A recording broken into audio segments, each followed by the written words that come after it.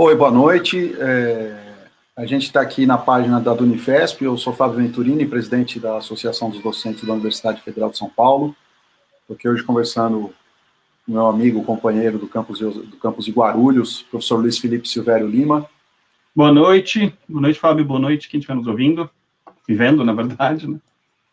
E a gente vai conversar um pouco para explicar para as pessoas qual foi o motivo, né, qual a razão que nos levou a divulgar hoje uma solicitação, né, que a gente conclama as congregações dos campi da Unifesp a rejeitarem uma minuta que foi encaminhada num trabalho de uma comissão criada pela reitoria, que depois levou o trabalho para a comissão, para o Conselho de Gestão com Pessoas, a respeito do Plano de Desenvolvimento de Pessoal da Unifesp. Né? Então, não é todo mundo que acompanhou os eventos que levaram a apresentação desse Plano de Desenvolvimento de Pessoal. Acho que muitos devem se lembrar, no ano passado, ou durante um período em que a Pró-Reitoria de Gestão com Pessoas, ela suspendeu o andamento de processos de solicitação de afastamento para pós-doutorado. Né? Isso gerou vários problemas nos campi da Unifesp. Acho que talvez o campus que teve mais problema com relação a isso foi Guarulhos, né? Que Guarulhos as humanidades dependem muito da pesquisa que tem intercâmbio em grupos de pesquisa em outras universidades. E na época a gente negociou bastante com a Pró-Reitoria, e o motivo dessa suspensão havia sido a publicação pela Presidência da República de um decreto que emanou do Ministério da Economia, que criava um novo Plano Nacional de Desenvolvimento de Pessoal. A ideia do decreto do Ministério da Presidência, que emanou do Ministério da Economia, esse decreto, a ideia era justamente impedir, né, dificultar o afastamento de servidores das suas funções do dia a dia para realizar estudos, aperfeiçoamentos, formações. Né? E isso é um decreto que ele foi colocado para aplicação para absolutamente todo o funcionalismo público. Não foi só para as universidades, ele foi para todo o funcionalismo público. Ele tinha um texto bastante confuso, né? As pessoas não entendiam muito bem o que acontecia ali naqueles critérios que estavam sendo colocados, tanto que depois o Ministério da Economia teve que baixar uma instrução normativa para explicar as lacunas desse decreto. Né? O decreto, ele era um decreto, do ponto de vista da tecnicidade jurídica, ele é um decreto fraco, mal escrito, né? Mas, de fato, ele estabelece que todo o serviço público federal precisa de uma nova forma de entender o aperfeiçoamento, num plano integrado, um sistema integrado de aperfeiçoamento, que tenha como centro a Escola Nacional da Administração Pública. Né? E os órgãos da administração pública federal, eles tinham um período para se adaptar, um período para criar os seus planos locais de desenvolvimento. E esse plano, ele teria que ser aprovado pelo órgão máximo dessa entidade, né, no caso das universidades, pelo Conselho Universitário, e ele teria algum tempo de ajuste, né, para se ajeitar, para fazer retorno, e ele poderia, inclusive, ser revisto a qualquer tempo. Quando chegou à Unifesp, esse decreto, de imediato, a Pró-Reitoria de Gestão com Pessoas, ela suspendeu os afastamentos, porque o que aconteceu foi que, quando leram, né, a disciplina de um regulamento para afastamento, já suspenderam todos os afastamentos. O decreto ele determina que, no máximo, 2% do quadro de pessoal efetivo pode estar afastado para aperfeiçoamento. Não pode ultrapassar, para ações de desenvolvimento. Né? Não pode ultrapassar 2%. O que são as ações de desenvolvimento? São ações envolvendo cursos de aperfeiçoamento, de qualificação, né, e de capacitação. Então, nesse caso, pode envolver, por exemplo, participação em programas de mestrado e doutorado, ou até em pós-doutorado. Quando chega na universidade, há a seguinte questão.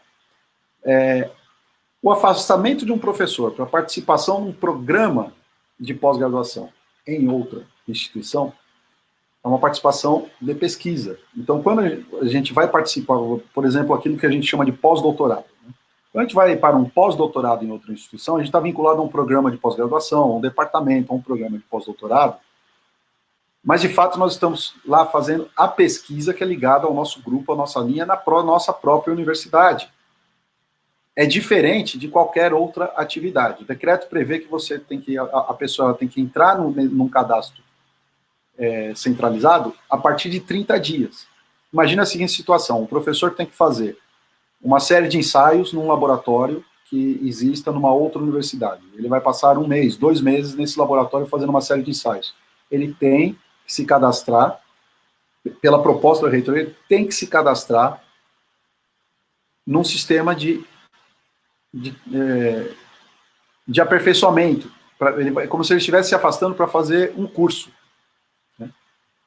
E, além do mais, seguindo o que o decreto estabelece, a proposta da reitoria estabelece editais para a seleção desses afastamentos. Então, você teria uma série de editais para escolher quais professores sairiam para pesquisa de pós-doutorado. Né? Então, o que acontece com esse texto que foi proposto? Você pega o decreto, a instrução normativa, a lei, o regime geral, o regime jurídico do servidor público, a lei da carreira dos docentes, coloca tudo e diz quais são os obstáculos, a gincana para você se afastar para fazer uma pesquisa fora da universidade. Quando essas pesquisas, na verdade, é um trabalho fora da sede. Imagine a seguinte situação. Um engenheiro da Petrobras vai fazer prospecção em terreno. Ele vai fazer prospecção numa região isolada, e ele vai fazer esse trabalho, ele vai levar 45 dias para fazer esse trabalho. Ele não vai entrar nesse trabalho de campo, num sistema de aperfeiçoamento. Ele vai simplesmente realizar trabalho fora da sede. E a proposta que nos foi colocada, ela não tem nada a ver com isso. É uma proposta que considera o trabalho fora da sede como um afastamento para atividades de desenvolvimento. Então, nós tentamos negociar e dialogar com a comissão que a reitoria montou, não conseguimos interlocução no Conselho de Gestão com Pessoas, nós tentamos, né, porque senão fica parecendo que nós não tentamos o diálogo, estamos desde outubro tentando o diálogo, não estamos conseguindo sermos ouvidos, então agora a gente está tentando dialogar com os colegas das congregações para rejeição. Antes de explicar especificamente por que a rejeição desse texto e não tentar reformá-lo, né, eu vou passar para o professor Luiz Felipe. O professor Luiz Felipe, ele é um estudioso, né, a área dele é história moderna, mas ele é uma pessoa que se dedica ao estudo da forma em que se organizam as universidades e a pesquisa no mundo. Então, ele, da nossa diretoria, ele é a pessoa capacitada para explicar, que acho que é essencial a gente entender a questão do pós-doutorado, né? Porque é um erro gravíssimo considerar o pós-doutorado como uma etapa formativa, como se fosse um título a mais, né? Como se pós-doc fosse um título tal qual doutor ou mestre. Então, professor Luiz Felipe, boa noite, pode explicar, por favor, essa questão? Boa noite, Fábio. Eu espero estar à altura do que você anunciou. Claro que está, claro que está, né? Eu só coloquei o fardo nas suas costas, mas você está à altura. Mas a questão é a seguinte, né? Pós-doutorado é um emprego precário quando você não tem posição ainda fixa, né? Quer dizer, internacionalmente é assim que funciona. O que é o pós-doc? Pós-doc você é um recém-doutor, e você não conseguiu uma posição fixa ainda em uma universidade ou no instituto de pesquisa, e abre uma bolsa de pós-doc. E você é um colega, um profissional já qualificado, porque você já tem um doutorado, que sabe fazer pesquisa e que vai trabalhar durante um tempo determinado fazendo um estágio pós-doutoral, né? Não é formativo, não é título, e mesmo no Brasil, quer dizer, um pós-doc da FAPESP, ele não sai com um título, ele está fazendo uma pesquisa, é um colega nosso que não tem uma posição, recém-doutor, que está trabalhando. Quer dizer, ele não é um aluno, ele não é um estudante, ele já é um colega profissional pesquisador, uma colega profissional pesquisadora. Né? Então tem um equívoco, que isso está inclusive na lei brasileira, a lei brasileira permite esse equívoco, porque ela supõe que pós-doc, na lei que regula, por exemplo, a nossa formação, ela supõe que pós-doc é um curso. Ela diz lá, na lei está escrito, programas de pós-graduação estrito sensu, pós-doc. Pós-doc não é programa de pós-graduação, não é um programa formativo. Pós-doc você É alguém que não tem uma posição para quem você consegue uma bolsa para desenvolver uma pesquisa, mas é um colega, alguém que tem doutorado. Né? Ele tem um supervisor? Sim, tem um supervisor que é o chefe dele. É o chefe, não é o orientador, precisa de um supervisor, é o chefe. É o que supervisiona o trabalho, não é o que orienta o trabalho. Né? Então, tem esse primeiro, acho que esse é um grande equívoco que nós fomos reproduzindo no Brasil, isso tem razões históricas, tem a ver com a própria estrutura das federais aqui, com a formação tardia do doutorado em alguns setores, em universidades pequenas e etc. Mas isso virou uma coisa, inclusive, para alguns lugares de prestígio, quer dizer, tem gente que fala, eu tenho pós-doc e etc. Então, isso é uma questão que eu acho que precisa ser melhor definida. Em suma, pós-doutorando não é estudante, ele é um profissional precário. Basicamente é isso. Isso tem vários artigos falando da precarização do sistema acadêmico de pesquisa em termos globais, usando os pós-docs como uma mão de obra mais barata e que logo depois ela pode ser desligada porque o vínculo dela não é empregatício. Né? Então, acho que isso é uma primeira coisa que precisa ser bem pontuada. A segunda coisa que acho que precisa ser bem pontuada é que nós estamos tratando, não só nós estamos tratando aqueles recém-doutores que ainda não têm vínculo como estudantes de pós-doc, né, e eles entram na pró-reitoria como estudantes, como alunos, eles têm um número deles, é um registro de estudante, não é um registro funcional, não é um registro de pesquisador, não é pesquisador visitante, ele é um aluno, né? Isso também acontece, e aí é quase vexaminoso, com colegas de outras federais ou estaduais, ou de universidades do exterior, que venham fazer estágio aqui de pesquisa, trabalhar com a gente durante um determinado tempo. Então, em vez do fulano ou da fulana virem como pesquisadores visitantes ou professores visitantes, eles vêm como pós-docs. E eles entram no nosso sistema como estudantes. Então, um colega que está há 15 anos dando aula na UF, na UFRJ, na UFMG, na Federal da Bahia, na Federal do Rio Grande do Sul, na UNILA, onde quer que seja, ele vem para a nossa universidade e é tratado pela nossa burocracia, pela nossa pró-reitoria de pesquisa e pós-graduação, como um estudante, tal qual um mestrando ou um doutorando. Eu considero isso vexaminoso, eu acho que isso é uma falta de respeito ao colega. Isso é um problema da nossa burocracia que a gente vai precisar enfrentar. Agora, isso tem uma perversidade para nós, porque no momento em que nós mesmos consideramos esses colegas, e quando nós saímos, nos consideramos pós-docs, o que acontece? A burocracia entende isso como sendo o quê? Você está saindo para fazer um curso. Você está saindo para estudar. E aí, não é você sair para fazer pesquisa, que é a nossa atividade fim, é o que nós temos que fazer e etc. Não, você sai como um estudante que vai se aperfeiçoar para algo para o qual, teoricamente, você não ainda está capacitado. O que eu quero dizer com isso? Ora, se um professor doutor, um professor adjunto, um professor associado, um professor titular, quando sai, ele volta ao nível de pós-doc, significa que ele ainda não poderia sequer ser professor.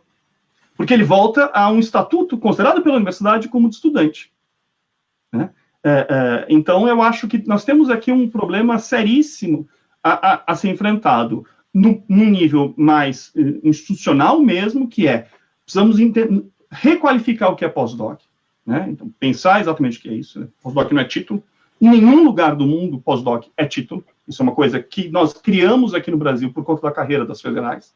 Né? Nós precisamos, com isso, também valorizar a nossa profissão, porque quando a gente sai para ser pesquisador visitante, ser professor visitante. Nós não saímos para ser um pós-doc, uma mão de obra precária do mundo acadêmico. Né? Então, isso é uma segunda coisa. E uma terceira coisa é que nós precisamos começar a tratar as pessoas que vêm, colegas professores, que vêm trabalhar com a gente, como colegas professores, pesquisadores visitantes, professores visitantes, e não são estudantes de pós-doc. Né?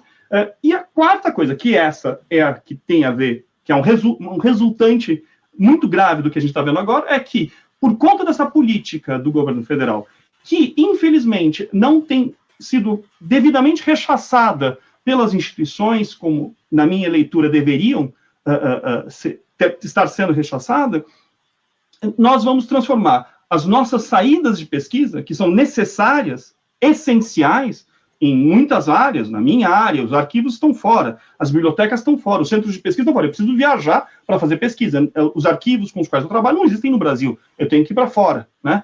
Tem gente que o arquivo está no Rio de Janeiro, precisa ir no Rio de Janeiro, Os antropólogos têm que fazer pesquisa do campo, sei lá, no Alto Rio Negro, e assim por diante. E assim, podemos dar vários exemplos, de todas as áreas, né? Quando nós falamos que nós vamos fazer pós-doc, nós estamos falando, nós vamos sair como estudantes para nos formar. E nós não estamos saindo como profissionais que vão fazer parte da sua vocação, se vocês quiserem, que é a pesquisa, né? Então, acho que isso é muito grave. Isso tem que ser pensado imediatamente em relação a essas portarias que estão circulando aí, mas tem uma discussão mais séria que a gente precisa fazer, que é requalificar o que nós entendemos como pós-doc e qualificar corretamente o que é sair para fazer estágio de pesquisa, seja numa universidade no Brasil, seja no exterior, ou fazer pesquisa de campo, seja no Brasil, seja no exterior. Mas acho que era isso. Tem um outro colega aqui, o Raul, que vai entrar também. Obrigado, Fábio. Que isso. A gente recebeu aqui, está recebendo nosso companheiro Raul. Boa noite, Raul. Boa noite. Acho que completando, acho que eu Felipe fez uma introdução. O Raul, fale um pouco mais próximo, porque o seu áudio está ruim, tá? Muito baixo.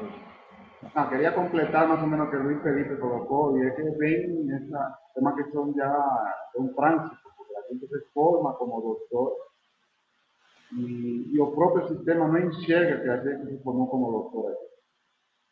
Você não consegue orientar, e você se formar, o doutor não consegue orientar, praticamente, porque o programa não recebe você, porque você não orientou.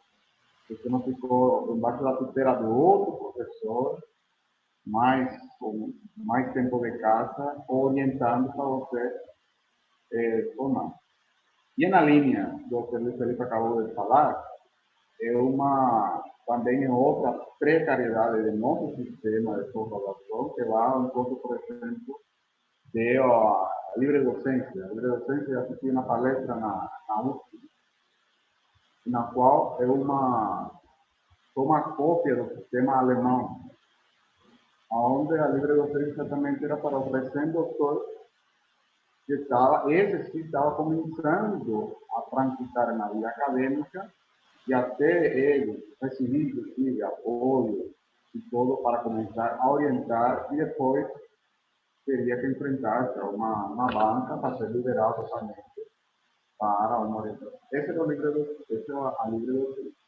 Já referente ao pós-doutorado, esse erro conceitual que existe, que ele acabou de colocar agora, basta ver como, às vezes, a gente tem que apresentar aqui uma saída, exatamente, para uma pesquisa no exterior como quando recebem você, e na outra instituição recebem você como professor visitante. Já isso aconteceu por 2, 3 ocasiões comigo. Aqui eu tinha que dar entrada como um professor, mesmo que era um simples estágio, mas lá fora a documentação que eu tinha que assinar era como indo um pouco mais longe e ao mesmo tempo um pouco mais próximo.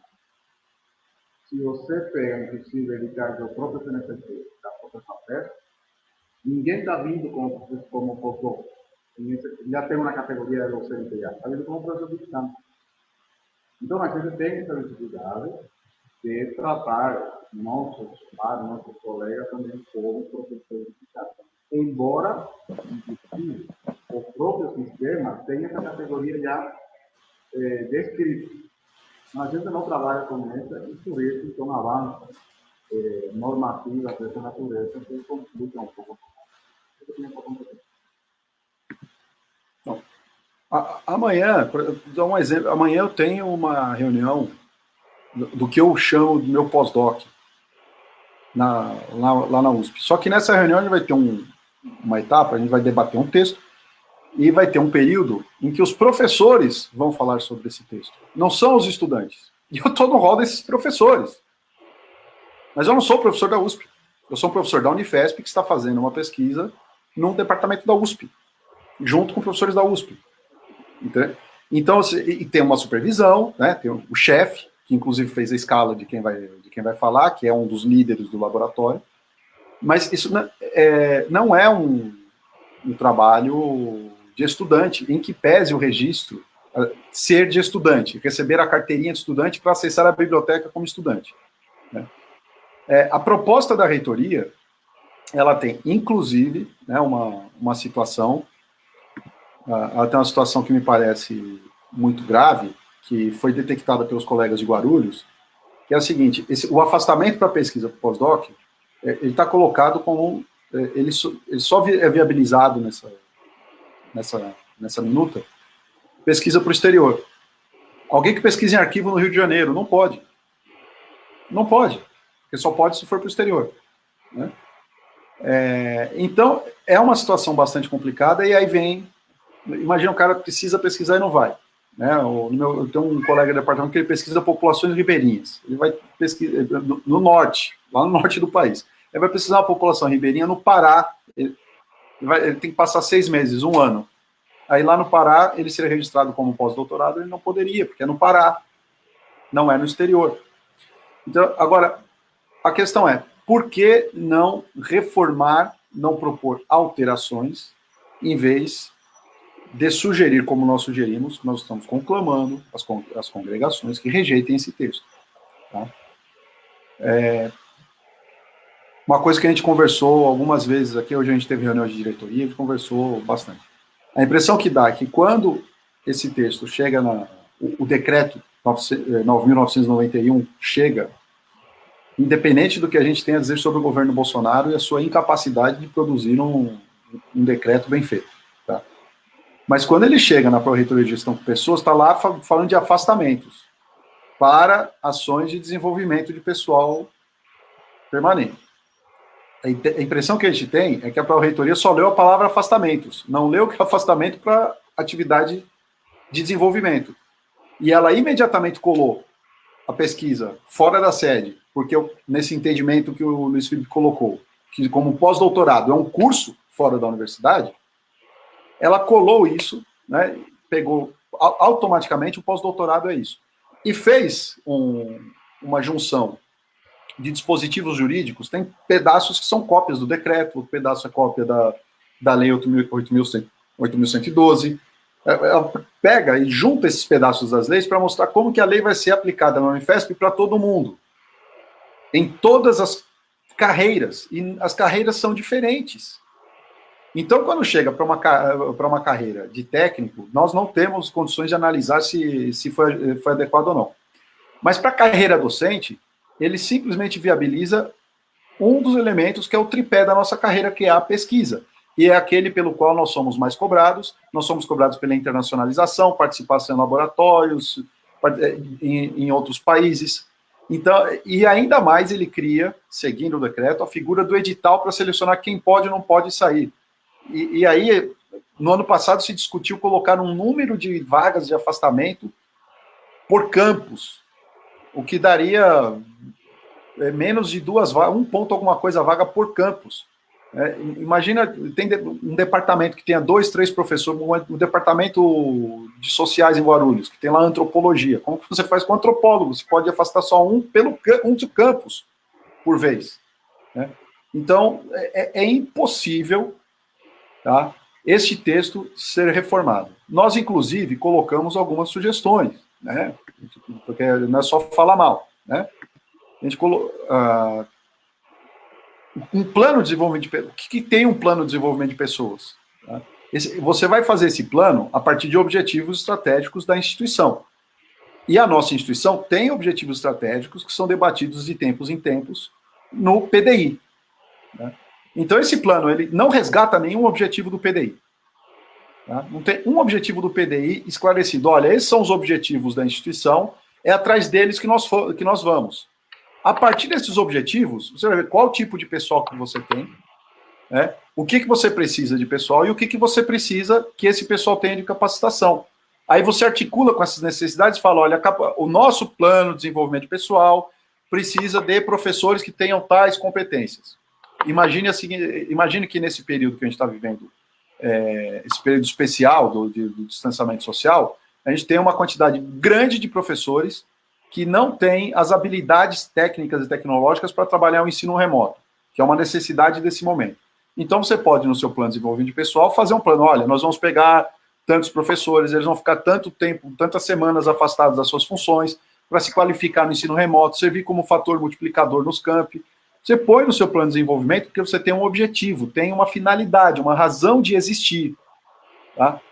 Aí você, a partir dessa finalidade, dessa razão de existir do pessoal que você tem, aí você desenvolve. Olha, eu preciso desenvolver o pessoal na gestão de departamento, na gestão pública, então vou colocar as pessoas, isso aqui, e definir quem que vai fazer essa formação. Olha, isso aqui tem condições do campus de Osasco organizar uma especialização, do campus da Baixada organizar um programa de mestrado ou mestrado profissional, aí, ou se não, esses aqui a gente tem um convênio com uma outra universidade pública, ou esses aqui podem fazer o curso pela Escola Nacional de Administração Pública. Né? E aí, a partir daí, você cria um dispositivo de seleção, você fala, olha, nós precisamos de tantos professores, tantos docentes que vão fazer esse tipo de trabalho, quem tiver interessado, aí você põe o edital. O texto que foi colocado, ele simplesmente é um estabelecimento de regras da gincana para quem quiser continuar fazendo sua pesquisa. Né? E é por esse motivo que a gente está colocando a situação de que ele não é reformável. Fala, Felipe. E eu acho que isso é importante deixar muito claro, quer dizer, estabelecer esse plano, não vou entrar no mérito da necessidade de estabelecer um plano nesse sentido. Estabelecer esse plano não poderia ter relação com as saídas, os afastamentos para fazer pesquisa.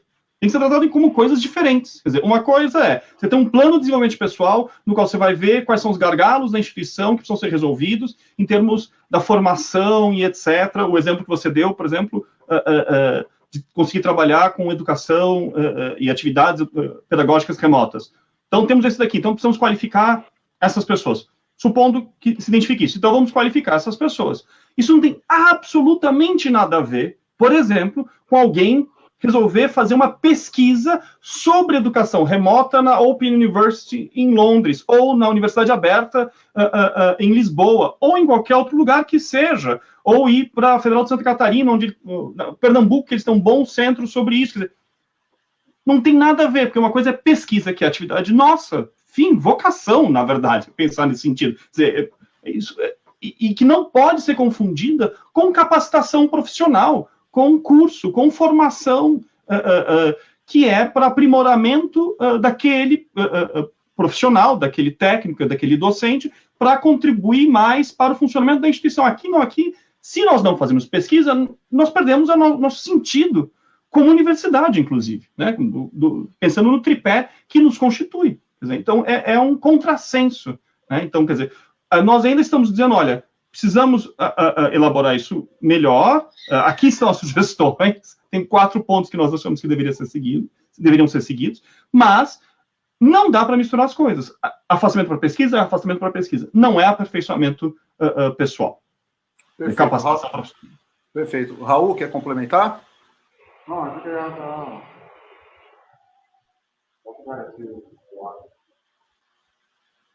Creo que fique disponível para todos. Tá, joia. Então, a gente está chegando no limite que a gente tinha estabelecido para essa conversa aqui, né? Que a gente tinha estabelecido um limite de 30 minutos, para também não ficar tomando muito tempo das pessoas, para que essa explicação seja palatável, inclusive consumível na nossa dinâmica do dia a dia. Lembrando que nós estamos trabalhando mais do que a gente trabalhava antes, né? A gente vai voltar para falar sobre os cortes dos adicionais que estão sendo aplicados, inclusive retroativamente em relação a março, que o governo acha que a gente não tem que receber adicionais porque nós estamos confinados em casa, como se nós tivéssemos escolhido isso, tá? E nós temos também um questionamento, se nós não escolhemos, só que também, se a gente não recebe, por exemplo, auxílio transporte, quem que vai nos reembolsar está usando nossa energia, nosso computador, nossa conexão na internet. Então, se é essa relação que o governo brasileiro quer ter com a gente vai ter uma relação mesquinha, a gente vai ter que discutir essa relação mesquinha. Né? Mas eu acho que isso aqui serve também para deixar claro, essa nossa posição não é uma posição que caiu do céu, que caiu de paraquedas. Nós estamos, desde outubro do ano passado, quando a Pró-Reitoria de Gestão com Pessoas determinou o congelamento dos processos de afastamento, a gente está tentando esse diálogo, a gente está, desde aquela época, falando, olha, o pós-doutorado não é aperfeiçoamento, não é atividade de desenvolvimento, o pós-doutorado não pode ser entendido como isso, afastamento para pesquisa não pode entrar nesse entendimento. Vários docentes, vários colegas apresentaram essa demanda, inclusive no conselho de gestão com pessoas, e mesmo assim ela foi sendo empurrada para frente, empurrada para frente, empurrada para frente, e agora a bomba cai nas congregações, né? E aí as congregações têm que tomar uma decisão a toque de caixa em 15 dias. Não é assim, tá? Então, assim, se é um plano efetivo, a gente discute, a gente participa do debate para construir um plano. Agora, alguma coisa que quando aparece para ser decidida a toque de caixa e ainda mistura as coisas que não devem ser misturadas, aí nós ficamos na situação que essa semana as congregações vão decidir, a gente a gente ficou sem qualquer alternativa que não fosse diante de um texto pronto, assim, ó, o texto é esse, debata, né, diante de um texto pronto, nós não tínhamos outra posição a tomar, a não ser indicar a rejeição integral desse texto. Se ele for rejeitado integralmente, quem sabe a gente consegue fazer alguma coisa bem feita. Tá? Obrigado, Luiz. Obrigado, Raul. Boa noite. Todo mundo que estava assistindo. Boa noite, Raul. Até mais. Boa noite, Raul. Até mais. Até mais, gente. Tchau. Tchau, tchau.